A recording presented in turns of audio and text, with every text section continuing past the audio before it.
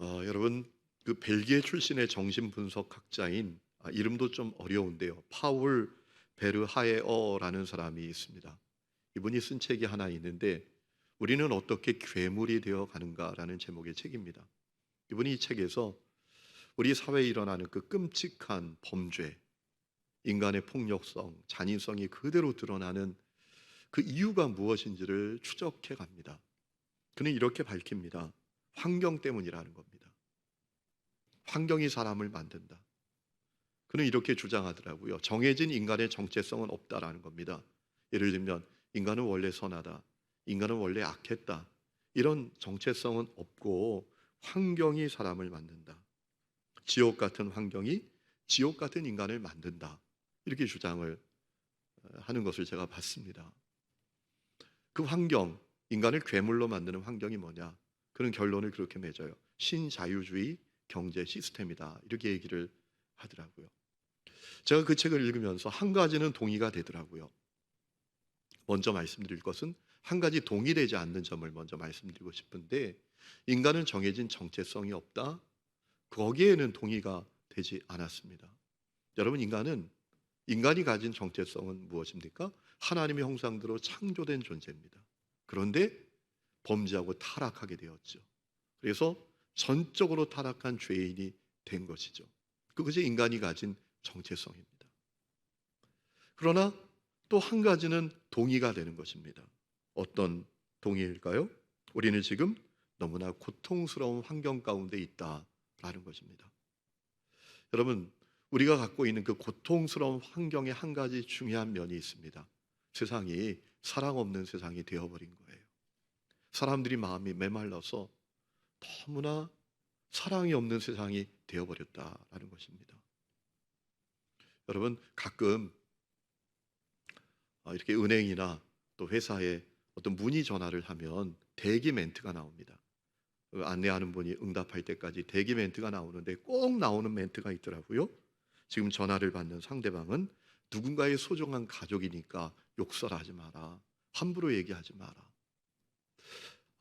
그런 멘트를 들으면서 그런 마음이 듭니다. 와, 얼마나 함부로 말하길래 이렇게 하나, 그런 마음이 들 때가 있어요. 또 배달하는 청년들 보면 그 오토바이 뒤에 이렇게 써 있더라고요. 남의 집 귀한 자식이 운전하고 있다고. 또 얼마나 함부로 하면은 그렇게 할까? 우리가 사는 세상이 사랑이 없는 세상은 말할 것도 없고 예의조차도 없어지는 세상이 아닌가라는 마음을 갖게 됩니다. 그렇다면 이 사랑 없는 세상에서 우리는 어떻게 살아야 될까요? 그리스도인 된 우리들은 어떻게 살아야 될까요? 여러분, 그 답은 어렵지 않습니다. 분명합니다. 사랑 없는 세상이라면 그리스도인 된 우리들은 사랑으로 살아야 합니다. 여러분, 그렇지 않습니까? 자, 산에 나무가 없습니다. 헐벗었습니다. 사람들이 그런 마음을 갖는 사람이 생깁니다. 가서 나무를 심어야 되겠다. 집에 돈이 다 떨어졌습니다. 돈이 한 푼도 없습니다. 그러면 가족 중에라도 누군가 그런 마음을 갖잖아요. 나가서 막일이라도 해서 돈을 벌어야 되겠다. 여러분, 사랑이 없는 세상이라면 그리스도인 된 우리들은 내가 사랑으로 살아야지, 그래야 하지 않겠습니까? 여러분, 우리가 예수를 믿는다는 게 뭡니까? 존재가 바뀌는 겁니다. 새로운 피조물이 되는 것입니다. 예수를 믿는다는 것은 어떤 의미인가 하면 성경이 우리에게 분명히 알려주는 사실이 있는데, 사랑하며 살 수 있는 사람이 된다는 것입니다. 여러분, 베드로전서 1장 22절에 이런 말씀이 있습니다. 너희가 진리를 순종함으로 너희 영혼을 깨끗하게 하여 거짓이 없이 형제를 사랑하기에 이르렀으니 마음으로 뜨겁게 서로 사랑하라. 우리가 십자가 복음을 믿고 구원받은 결과는 뭐냐? 거짓 없이 형제를 사랑하기에 이르게 되었다라는 겁니다. 왜냐하면 십자가의 복음이 능력이기 때문입니다. 여러분, 십자가의 복음은 교리 지식 덩어리가 아닙니다. 우리 존재를 바꾸는 능력입니다. 우리에게 새로운 존재, 우리에게 새로운 삶을 가져다 주는 능력이 십자가 복음의 능력입니다. 그래서 구원받은 성도는 거짓 없이 사랑하며 사는 겁니다. 여러분, 본질이 바뀌면 현상도 바뀌게 되어 있지 않습니까? 존재가 새로워지면 삶도 새로워지지 않습니까? 우리가 십자가 복음으로 말미암아 존재가 새로워졌어요. 새로운 피조물이 되었어요. 우리의 본질이 바뀌게 되었어요. 여러분, 성경은 말하기를 거짓 없이 사랑할 수 있는 사람이 되었다라는 겁니다. 그렇기 때문에 사랑하면서 살아야 된다라는 것이죠. 여러분, 종말의 때에 우리가 더 사랑해야 한다고 성경은 말씀하셨습니다. 여러분, 베드로전서 4장 7절 이하를 보면 이런 말씀이 있습니다. 만물의 마지막이 가까이 왔으니 그러므로 너희는 정신을 차리고 근신하여 기도하라. 무엇보다도 뜨겁게 서로 사랑할지니 사랑은 허다한 죄를 덮느니라. 여러분, 지금 우리가 종말의 때를 살고 있습니다. 사랑 없는 때를 살고 있습니다. 여러분, 이때 우리가 무엇을 위해서 살아야 되는지, 어떻게 살아야 되는지 연구할 필요도 없습니다. 어디 가서 물어볼 필요도 없습니다. 어디 가서 배울 필요도 없습니다. 성경은 분명히 우리에게 말씀하셨습니다. 종말의 때 뜨겁게 서로 사랑하며 살아야 된다. 예수님께서 마태복음 24장을 보면 종말의 때에 사랑이 식어질 거다. 불법이 성함으로 사랑이 식어진다라고 분명히 마태복음 24장에서 말씀하셨어요. 그렇기 때문에 우리가 더 뜨겁게 사랑해야 합니다. 사랑 없는 세상이라면 사랑 없는 세상이라고 원망하고 불평하고 타박만 하지 말고 사랑하며 살아야 합니다. 오늘 말씀을 보면 사도 요한도 우리에게 증언합니다. 사랑하며 살아야 한다고. 여러분, 요한일서 대표적인 말씀, 대문과 같은 말씀이 있죠. 요한일서 4장 7절의 말씀입니다. 사랑하는 자들아, 우리가 서로 사랑하자. 사랑하자. 여러분, 이 요한일서 언제 기록됐습니까?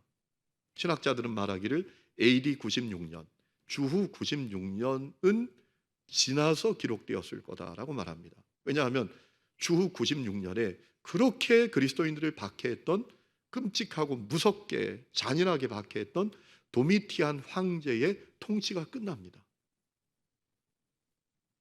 이 AD 96년에. 그렇기 때문에 이 요한일서는 적어도 AD 96년 이후에 기록됐다라고 봅니다. 왜냐하면 요한일서를 읽어보면 박해를 성도들이 받는다는 내용이 하나도 없습니다. 박해에 대한 말씀은 조금도 없습니다. 박해 이후의 시대였구나라고 볼 수가 있는 거예요. 그런데 여러분 아시죠? 정말 위기는 박해 이후라는 것. 여러분, 어렵고 힘들고 핍박받고 박해받으면 말 안 해도 다 주님을 찾아요. 누가 시키지 않아도 다 주님께 매달리고 주님을 의지합니다. 그런데 정말 위기는 박해 이후에 오는 거예요. 모든 것이 안락하고 편안하고 순조로울 때, 그때 진짜 위기가 오는 겁니다. 그래서 사도 요한이 그런 시대를 살아가는 성도들에게, 성도들이여, 주님과 친밀한 교제를 누려야 된다. 우리가 박해가 끝났다고, 고난이 없다고, 주님과 멀어지면 안 된다. 주님과 날마다 친밀한 교제를 누려야 된다라는 메시지를 전하기 위해서 요한일서를 써보냈는데, 어떻게 주님과 친밀한 교제를 누릴 수 있는지 중요한 방법을 이야기합니다. 그것은 바로 사랑해야 한다라는 것입니다. 사랑으로 살아야 된다라는 거예요. 왜냐하면 하나님은 사랑이시기 때문에 우리가 사랑하면 주님과 친밀한 관계를 더 누리게 된다라는 거예요. 그러나 반대로 하나님은 사랑이심에도 불구하고 우리가 사랑하지 않는다면, 미움과 증오와 분열과 다툼 가운데 산다면 주님과 점점 더 멀어지게 된다는 거예요. 친밀한 교제를 누릴 수 없는 것은 말할 것도 없고 영적으로 병들고 더 나아가면 영적인 사망 상태에 머무르게 된다는 것입니다. 오늘도 사도 요한이 그 사실을 우리에게 말합니다. 여러분 10절 말씀 보세요. 이렇게 말합니다. 하나님의 자녀들과 마귀의 자녀들이 드러나나니 그 형제를 사랑하지 않는 자는 하나님께 속하지 아니한다라고 했습니다. 14절에 더 확실한 말씀이 있습니다. 우리는 형제를 사랑함으로 사망에서 옮겨 생명으로 들어간 줄을 알거니와 사랑하지 않는 자는 사망에 머물러 있느니라. 이 말씀 가운데 사망은 원문으로 보면 다나토스라는 단어인데 관계의 단절을 의미한다는 거예요. 우리가 사랑하지 않으면 하나님과의 관계에 단절이 임합니다. 하나님과의 관계에 단절이 임하면 어떻게 되죠? 영적으로 병듭니다. 시들시들해집니다. 그리고 결국은 영적인 사망 상태에 머무르게 됩니다. 그래서 오늘 15절에 보면 이렇게 말씀하셨어요. 그 형제를 미워하는 자마다 살인하는 자다. 이런 마태복음 5장을 보면 예수님께서 살인에 대한 정의를 새롭게 세워주십니다. 사람을 죽인 것만 살인이 아니라 미워하는 것, 사랑하지 않는 것, 그거 살인이다. 그러니까 사랑이 얼마나 중요한지, 사랑하지 않는 것이 얼마나 심각한 것인지를 주님이 알려주신 거예요. 성도 여러분, 사랑하지 않는 것은 너무나 심각한 문제입니다. 여러분은 혹시 사랑하지 않는 것을 심각하게 여기고 계십니까? 여러분, 사랑하지 않는 것을 심각하다고 생각하십니까? 여러분, 우리가 문제가 있지만 그 문제를 풀지 않는 이유가 뭡니까? 우리 삶에 문제가 있는데 그 문제를 해결하지 못하는 이유가 뭡니까? 아주 중요한 이유가 있습니다. 그 문제를 심각하게 여기지 않기 때문입니다. 심각하게 여긴다면 무슨 방법 수단을 쓰든지 그 문제를 해결할 거예요. 그런데 심각하다고 여기지 않으니 방치하는 겁니다. 방관하는 거예요. 여러분, 병원에 가서 의사 선생님이 여러분 얼굴 보고 심각한 표정으로 6개월 남았는데요, 암인데요, 얼마나 심각하게 여기겠습니까? 별의별 방법을 다 써볼 겁니다. 세상에 유명하다는 의사, 돈도 필요가 없습니다. 재산이 얼마가 들든지 상관이 없습니다. 그 심각한 문제를 해결해 보려고 몸부림치지 않겠습니까? 문제를 해결하지 않는 중요한 이유는 그 문제를 심각하게 여기지 않기 때문에 그래요. 여러분, 주님은 사랑하지 않는 것이 심각하다, 사랑하지 않는 것은 살인죄를 짓는 거다라고 말씀하셨어요. 여러분은 사랑하지 않는 것을 심각하다고 여기십니까? 여러분, 11절 말씀 보면 우리는 서로 사랑할지니 이는 너희가 처음부터 들은 소식이다 라고 했습니다. 사랑하는 말씀은 어제 오늘 듣는 얘기가 아니라 예수를 믿을 때부터 계속 들어온 얘기를 하는 겁니다. 왜? 너무나 소중하니까. 사랑하지 않는 문제는 너무나 심각한 문제니까 계속해서 사랑하라, 사랑하라, 사랑하라 들어왔다라는 거예요. 여러분, 그렇기 때문에 그리스도인된 우리들은 사랑 없는 세상에서 사랑으로 살아야 합니다. 우리는 사랑을 어떻게 해야 되는지 몰라서 사랑 못한다라고도 말할 수 없는 사람들입니다. 우리는 사랑이 무엇인지 몰라서 못한다라고도 말할 수 없는 사람들입니다. 여러분, 16절 말씀 보세요. 이런 말씀이 있습니다. 그가 우리를 위하여 목숨을 버리셨으니 우리가 이로써 사랑을 알고 우리도 형제들을 위하여 목숨을 버리는 것이 마땅하니라. 우리는 사랑이 무엇인지 모른다고 말할 수 없다는 말이에요. 사랑을 어떻게 해야 되는지 그것도 말할 수 없다는 얘기입니다. 그가, 예수님이 우리를 위하여 목숨을 버리신 것으로 우리가 사랑을 알게 되었다라고 했습니다. 우리는 사랑이 무엇인지, 어떻게 사랑해야 되는지 아는 사람들이에요. 목숨을 버리는 게 사랑이에요. 다 내어주는 게 사랑이에요. 모르지 않아요. 그러므로 요한은 사랑으로 살자, 사랑하자라고 전하고 있는 거예요. 그러면 그리스도인 된 우리들이 사랑 없는 이 땅에서 어떻게 사랑하며 살 수 있을까요? 오늘 말씀의 몇 가지 사실을 우리에게 알려주고 있는데, 첫 번째는 사랑은 가까이에서부터 시작되어야 된다라는 것입니다. 여러분, 12절 말씀 보세요. 가인같이 하지 말라라고 하셨습니다. 가인같이 하지 말아라. 가인이 누굽니까? 아담의 아들입니다. 그는 어떤 짓을 저질렀습니까? 살인죄를 저질렀습니다. 누구를 죽였습니까? 둘도 없는 자기 동생을 죽였어요. 그게 가인입니다. 여러분, 지금 사랑하라고 말씀하시는 이 말씀 가운데 가인같이 하지 말라라고 하는 이 말씀은 여러 의미가 있겠지만 이런 의미가 분명히 있는 겁니다. 사랑은 가까이에서부터 시작되어야 된다. 사랑은 가까이에서부터 시작되어야 된다 라는 말씀이에요. 여러분, 우리가 사랑한다고 하지만 정작 가까이에서부터 사랑을 시작하지 못할 때가 많아요. 기도하는 거 보면 열방을 사랑한대요. 민족을 사랑한대요. 소외된 사람들을 사랑한대요. 그런데 가까이 있는 사람을 사랑하지 못하는 일들이 얼마나 많습니까? 시인 곽재구라는 사람이 고등어 장수라는 그 시에서 그런 안타까운 모습을 노래했더라고요. 이런 내용입니다. 어느 날 강변대 오두막집 앞에 한 고등어 장수가 닿았습니다. 먼 바다에서 온 그의 고등어들은 소금에 잘 쩔어 파랗게 빛났습니다. 그런데 고등어 값이 너무나 비쌌답니다. 난 이렇게 말했지요. 왜 고등어 값이 쌌다가 비쌌다가 그럽니까? 먼 바다에서 온 고등어 장수가 내게 말했답니다. 당신 제일 가까운 곳의 사람의 마음조차 헤아리지 못하면서 먼 바다 고등어 값을 어떻게 셈하겠소? 여러분, 중요한 메시지가 들어있는 시죠. 아니, 가장 가까이 있는 사람 마음조차 헤아리지 못하고 사랑하지 못하면서 먼 바다 고등어 값에 뭐 그리 관심이 많냐라는 얘기예요. 물론 살다 보면 나를 고통스럽게 하는 사람이 가까이 있는 사람이죠. 내 마음을 무너지게 만들고 내 마음에 비수를 꽂는 사람이 가까이 있는 사람이죠.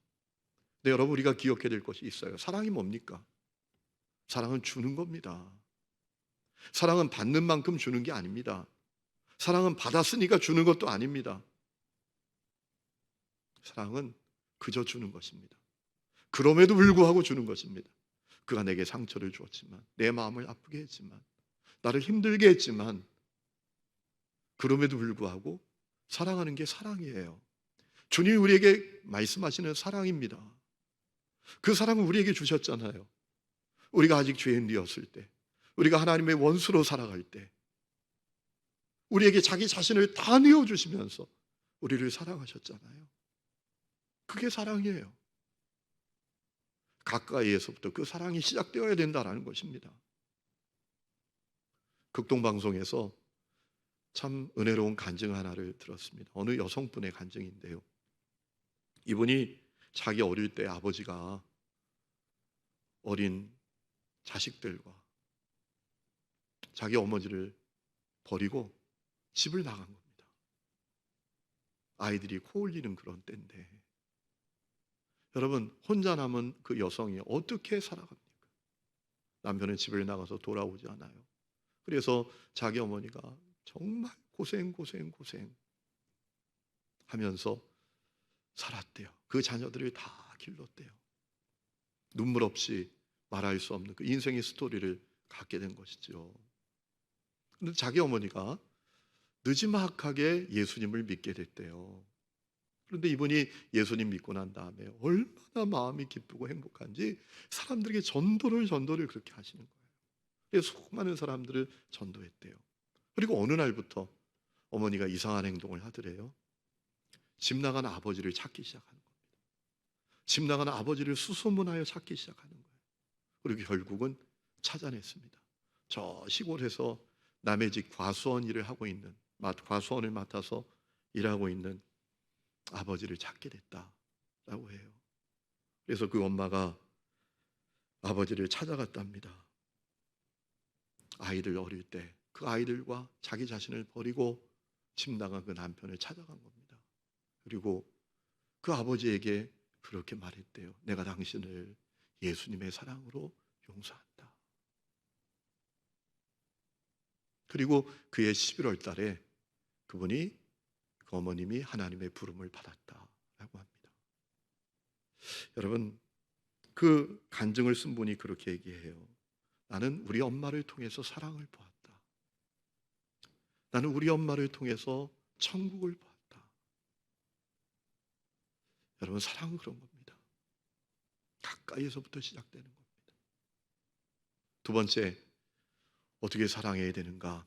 우리 속에 있는 시기심과 열등감을 십자가에 못 박아야 됩니다. 여러분, 왜 가인이 동생을 죽였죠? 오늘 12절 말씀에 답이 있습니다. 12절에 보면 이런 말씀이 있죠. 자기의 행위는 악하고 아우의 행위는 의로웠기 때문이다 라고 했어요. 여러분, 하나님께서 아벨과 가인이 함께 예배를 드렸는데 가인의 예배는 안 받으시고 아벨의 예배는 받으시는 거예요. 그때 가인의 마음에 시기심이 있었어요. 열등감이 발동했습니다. 그런데 그것을 제어하지 못했어요. 다스리지 못했어요. 그래서 그 열등감과 시기심 때문에 가인이 아벨을 죽였던 겁니다. 여러분, 이것이 우리가 사랑하지 못하는 이유이죠. 우리가 죄인인지라 우리 속에 이 시기심, 열등감이 가득합니다. 이 다스리기가 참 어렵습니다. 그래서 진정한 축복도 안 됩니다. 사랑하는 것이 너무나 어렵습니다. 그렇기 때문에 사랑하기 위해서는 이 시기심과 열등감을 십자가에 못 박아야 합니다. 갈라디아서 2장 20절에 바울이 고백했죠. 내가 그리스도와 함께 십자가에 못 박혔나니 이제는 내가 사는 것이 아니라 내 안에 예수께서 사시는 것이라. 십자가에 내가 못 박혔다. 나의 시기심, 열등감 다 못 박혔다.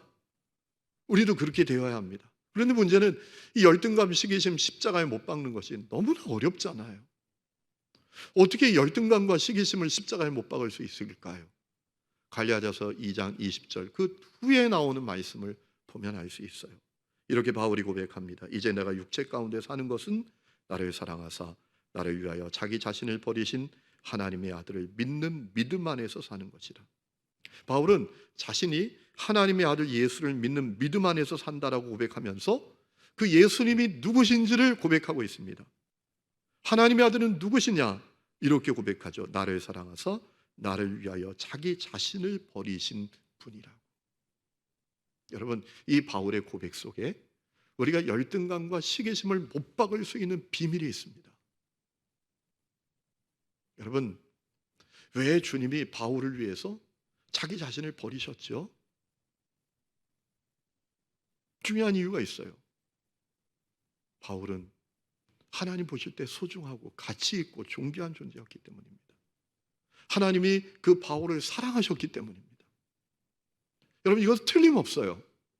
만약에 바울이 별 볼 일 없는 인생이고 별 가치도 없는 인생이라면 그를 위해서 자기 자신을 내어주시겠습니까? 주님 보실 때 이 바울이 소중합니다. 가치 있습니다. 존귀합니다. 그리고 그를 사랑합니다. 그래서 자기 자신을 내어주신 거죠.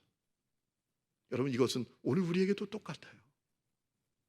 여러분, 우리가 이 사실을 분명히 깨달으면 우리 속에 있는 열등감, 시기심, 십자가에 다 못 박을 수 있어요. 주님이 나를 사랑하셔. 주님 내 있는 모습 이대로 소중하고 가치 있고 존귀하게 여기셔.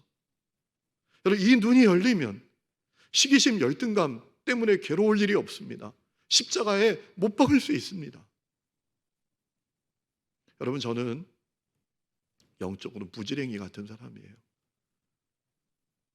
망한 집 자식으로 비참하게 살았습니다. 그때 제 속에 시기심, 열등감이 가득했습니다. 있는 집 애들 보고 부모님과 함께 사는 애들 보면 그렇게 속상했어요. 그 친구들이 그렇게 미웠어요. 그런데 제가 중학교 3학년 때 예수님을 만났습니다.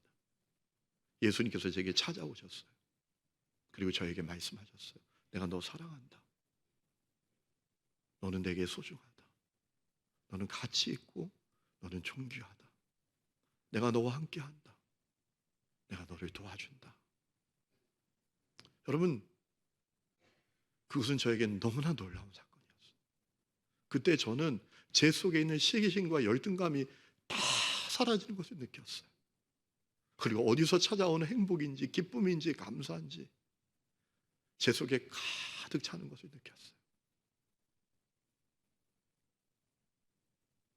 여러분, 지금도 그때 그 일을 생각할 때마다, 그때 경험을 생각할 때마다 요즘 어느 찬양을 들으면서 그 찬양이 너무 은혜롭다라는 찬양 마음이 들 때가 있더라고요. 이런 찬양이에요.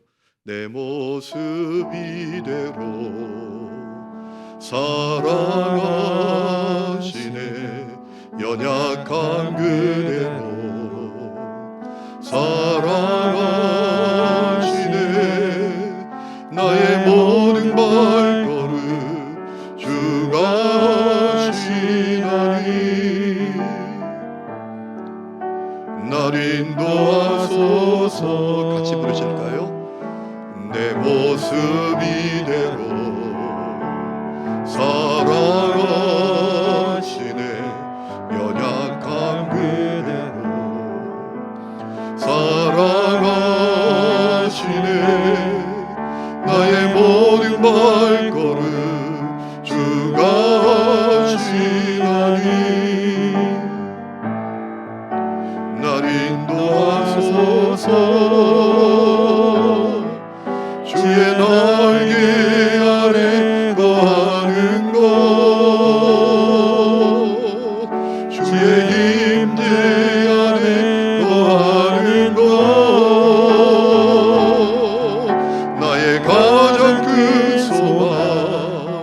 나의 가장 큰 은혜 주 함께 동행하느니 주의 날개 아래 거하는 것 주의 임재 안에 거하는 것 나의 가장 큰 소망 나의 가장 큰 은혜 주 함께 동행하느니. 사랑하는 성도 여러분, 이 가사가 여러분을 향한 주님의 말씀이에요. 주님이 여러분을 사랑하십니다. 여러분이 있는 모습 그대로 소중하고 가치 있고 존귀하게 여기십니다. 여러분 주님의 날개 그늘 아래에 있습니다. 여러분 이 사실을 보는 눈이 열려야 합니다. 그래야 열등과 시기심과 결별할 수가 있어요. 여러분 그렇지 못하면 고통은 계속 길어집니다. 야곱을 생각해 보세요. 야곱이 아주 긴 고통의 세월을 보냈잖아요. 왜 그렇죠? 열등감과 시기심을 떨쳐버리지 못했기 때문에 그래요. 에서를 향한 열등감이에요. 형은 말이에요, 아주 남자다워요. 능력도 있습니다. 사냥도 얼마나 잘하는지 다 칭찬받아요. 특별히 아버지에게 인정을 받아요. 아버지에게 사랑받아요. 그 아버지를 향한 열등감, 시기심이 그 속에 가득했어요. 그래서 결국 형이 받을 그 장자의 축복까지 가로채려고 하다가 그렇게 긴 고통의 시간을 보냈잖아요. 오늘도 마찬가지입니다. 여러분 열등감, 시기심 떨쳐버려야 합니다. 여러분 우리가 절대로 나는 그가 될 수가 없습니다. 그런데 중요한 사실은 내 있는 모습 그대로 주님은 나를 소중하고 존귀하고 가치 있게 여기시고 사랑하신다라는 것입니다. 그것을 알 때 우리가 열등감, 시기심과 결별할 수 있고요, 진정으로 사랑하며 살 수 있어요. 그렇지 않으면 겉으로는 축복하고 사랑하는 것 같지만 속으로는 비아냥됩니다. 속으로는 시기심으로 가득합니다. 너무나 마음이 불편합니다. 여러분 시기심, 열등감 십자가에 못 박아야 합니다. 그래야 우리가 정말 사랑하며 살게 됩니다. 마지막 세 번째는 내게 있는 것을 구체적으로 나누어야 합니다. 여러분 17절 말씀 보세요. 누가 이 세상의 재물을 갖고 형제의 궁핍함을 보고도 도와줄 마음을 닫으면 하나님의 사랑이 어찌 그 속에 거하겠느냐라고 했습니다. 여러분 당시에 궁핍한 형제들이 있었습니다. 왜 궁핍해졌을까요? 사업이 망하고 직장이 어려워져서 궁핍한 사람들보다 복음 때문에 궁핍해진 사람들이 많았습니다. 예수를 믿는다는 것은 이 당시에 어떤 의미였는가 하면 고난받는 길을 간다는 거였습니다. 예수를 믿기 때문에 가난해지고, 예수 믿는 것 때문에 불이익 당하고, 예수 믿는 것 때문에 손해를 보고, 예수 믿는 것 때문에 가문에서 쫓겨나고, 예수 믿는 것 때문에 삶의 터전을 빼앗기는 일들이 번번이 벌어졌습니다. 그래서 궁핍한 형제들이 생겼어요. 문제는 그런 형제들을 바라보고도 그저 자기 자신밖에 모르는 사람들이 있었다라는 겁니다. 사랑이라고 해봐야 말과 혀로 사랑하는 것이 전부인 사람들이 있었다라는 겁니다. 그래서 요한은 그들에게 증언합니다. 우리가 사랑하되 말과 혀로 사랑하지 말고, 18절입니다. 자녀들아 우리가 말과 혀로만 사랑하지 말고 행함과 진실함으로 하자 라고 했어요. 여러분 사랑으로 살되 행함과 진실함으로 사랑해야 합니다.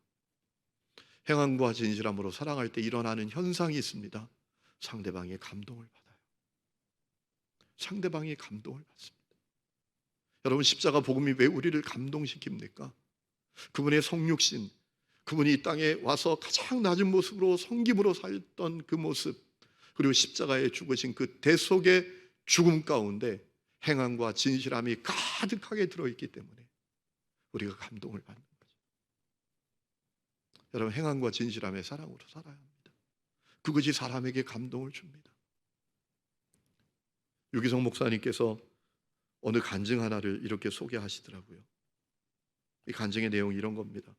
어느 여성이 있는데 이분이 간호대학을 졸업을 했습니다. 학교 보건교사로 일하고 있습니다. 중학교 보건교사로.